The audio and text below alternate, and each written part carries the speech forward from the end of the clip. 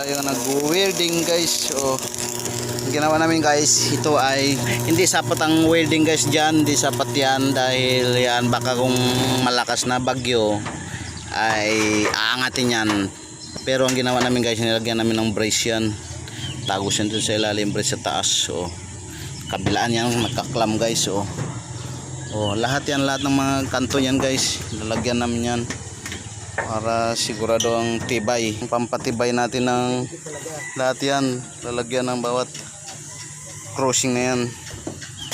Lahat guys marunong kami mag-welding, kaya walang tapon sa amin guys. Papahinga lang ako guys kasi siyempre nagbibideo ako. Dito ba na si Foreman ng ating babanat muna, mukhang masama ng ugong ng aming welding machine.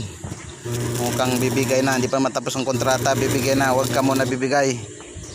Tapusin mo na, umuusok na ng aming ground guys, lumang luma na.